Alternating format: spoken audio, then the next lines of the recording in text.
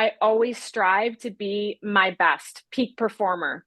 The things I wish and I see differently now is being able to balance my mental well-being and really enjoy the journey. I mean, I spent so many days just pushing and pushing and pushing. But then when it was all over, I look back on it and did I enjoy it enough? And now those questions linger with me. Welcome to Engage Presents. I'm Engage co-founder and president Jake Olson. In this interview series, I ask Engage talent the most common questions we hear from event planners to help you get to know them and their stories in 15 minutes or less. Thanks for listening. Welcome to another episode of Engage Presents. I'm Engage President Jake Olson. Alongside with me today is Lindsay Tarpley. Lindsay is a very impressive athlete and woman. She is a two-time Olympic gold medalist with the U.S. women's national soccer team. She is an NCAA national champion with your very own UNC Tar Heels. And she's also a speaker, a motivational speaker, talking about peak performance and avoiding burnout. Lindsay, thank you so much for joining us today. Well, thank you for having me. It's wonderful to be on. Yes, Lindsay, you again are very impressive, a very impressive career. You scored over 32 goals with 125 appearances with the women's national team, alongside obviously all your goals in college and your professional career. I'm just curious, does one goal stick out more than any of the others?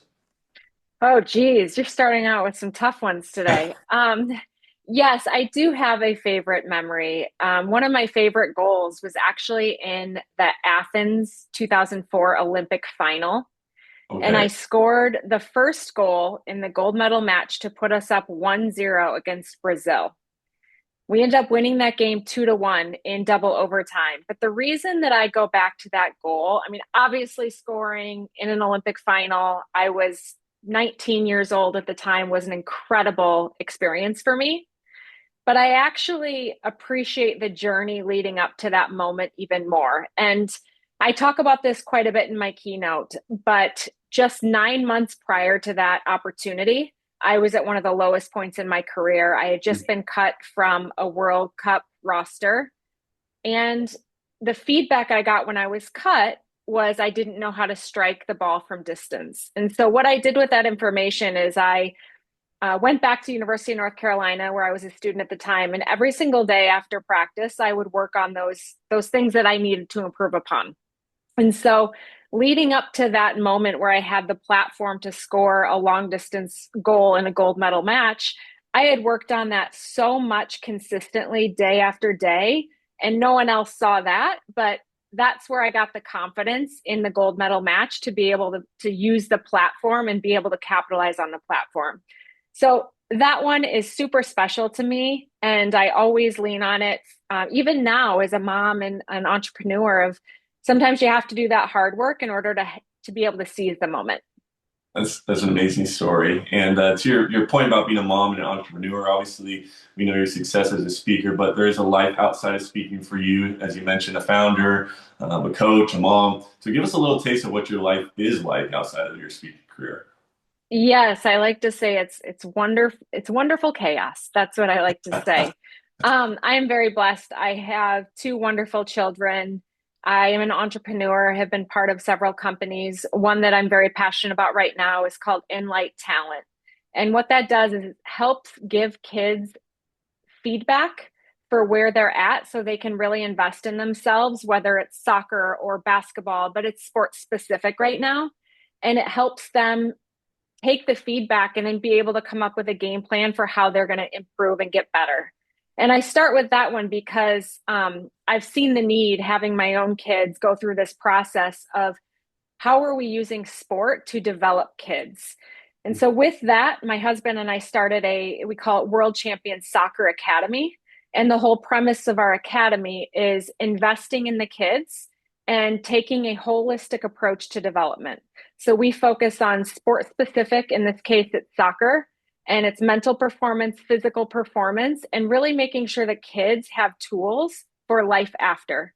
The reality, a small percentage go on to experience soccer or whatever sport they're into at the highest level. And so I feel I'm passionate about taking my experiences and now taking them back into the community and helping kids develop in ways that they can go after whatever dream they may have.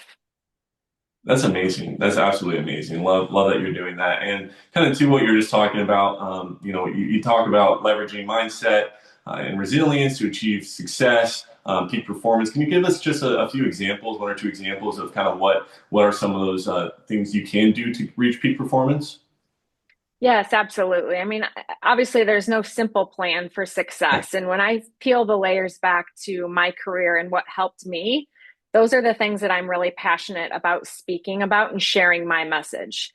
Two things that I always come back to is you have to know where you want to go. So having a plan in place to figure out how you're going to go from point A to point B to point C really helps give a visual for when you're thinking about trying to accomplish something new in your life or in your career.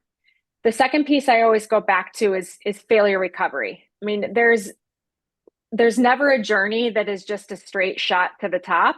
There's always going to be hurdles that you have to learn to overcome, and learning to handle the failures and recovering quickly in order to use those and motivate yourself for more success. Those are two things I'm super passionate about that I've experienced throughout my career. And now I'm in a position to be able to share my stories for what helped me overcome things and ultimately accomplish my dreams. Awesome. You played on some historic teams, teammates like Abby Wambach, you got Mia Hamm, Julie Foudy. What have you learned about what it means to be a great teammate by playing on some of those teams?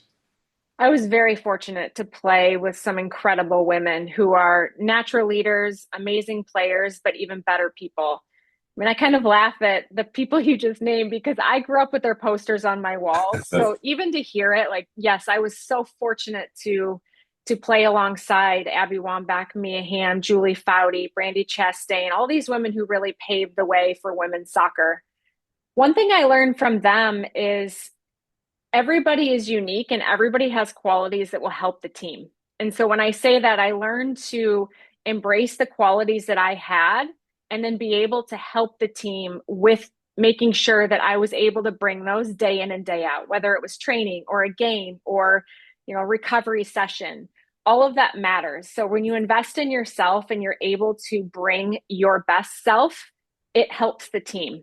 And I've seen that play out in a number of ways throughout my career. And what I've learned is that when we've won championships, it comes back to the whole team being able to do their part to the best of their abilities. Love that.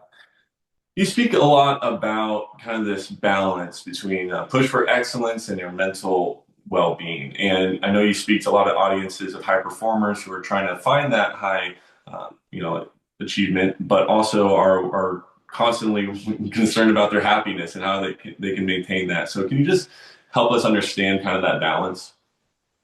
Yes, yes, absolutely. I mean, I always see this as the balance and the intersection of mental well-being and peak performance. How do you have both? And that is something that throughout my career I'm able to look back on, and I wish I could have done a better job with it. But now that my perspective has changed and I am a mom, an entrepreneur, and a coach, I see it differently.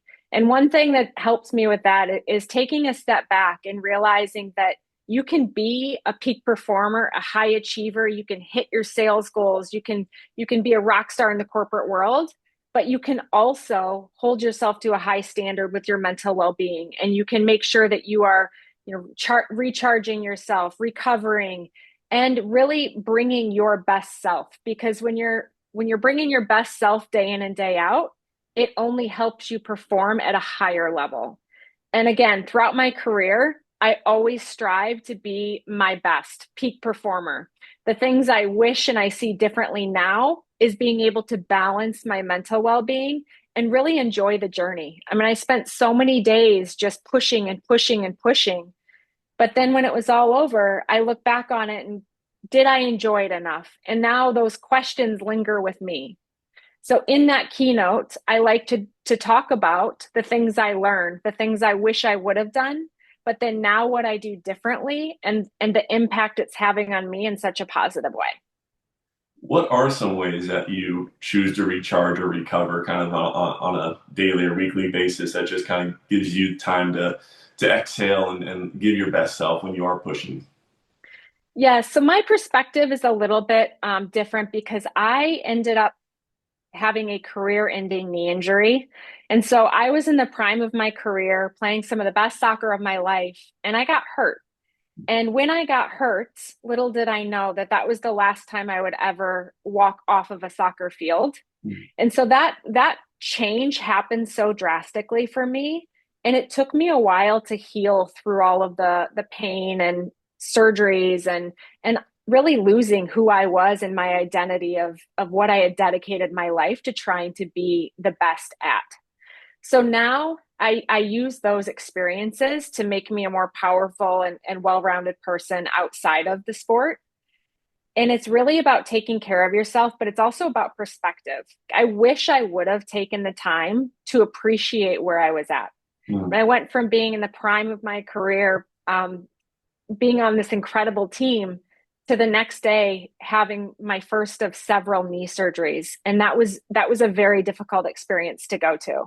So in my keynote, I talk a lot about those parallels and what it takes to be your best self. How do you bring those qualities day in and day out so you are maximizing your potential? Well, thank you for sharing that. Lastly, Lindsay, just what is it like to work with you when it comes to a speech? From a pre-call to, you showing up on scene, on stage, do you use, any media to kind of help further along the message you're trying to portray that day? Like, give us an example or just kind of tell us what it's like to work with Lindsay Tarpley. Yes, I like to think of myself as a true collaborator. And what I mean by that is I like to hear what people want. And then I'm going to make sure that I put the time, energy, and effort into crafting my keynote and delivering it the way that they prefer. So it's important. Every experience is unique. And I pride myself on listening, being able to tailor it to what the company or the audience wants and needs. And then I also like to make sure I'm prepared. I laugh because, a high achieving athlete, that was one of my things I'd always fall back on is making sure I was prepared for the moment. And it's the same thing in the keynote world. Now I make sure I have all the notes, everything I need, the pre calls, the information. So those things are really important to me. And I also just wanted to say that this keynote rush to me is the same rush that I got when I stepped on the soccer field. And I haven't found that type of fulfillment since leaving soccer. That is one reason why I'm so passionate about being able to step on a stage and deliver my message, because I get the same thrill and the same excitement and the same nerves. And to me, it's so important to living a fulfilled life. I'm so glad you said that because I completely agree with that and feel exactly what you're talking about. So, Lizzie, thank you for allowing us to help you with that mission and for you to get your message out there and talk a lot about what we talked about today. If you want to learn more about Lindsay, you can visit letsengage.com and check out her profile and book her right then and there. Lindsay, again, thank you so much for joining us today and sharing. We again just appreciate you trusting us with what you're doing out there. Absolutely. Thanks again for having me. I appreciate it. Stay tuned for more Engage Presents.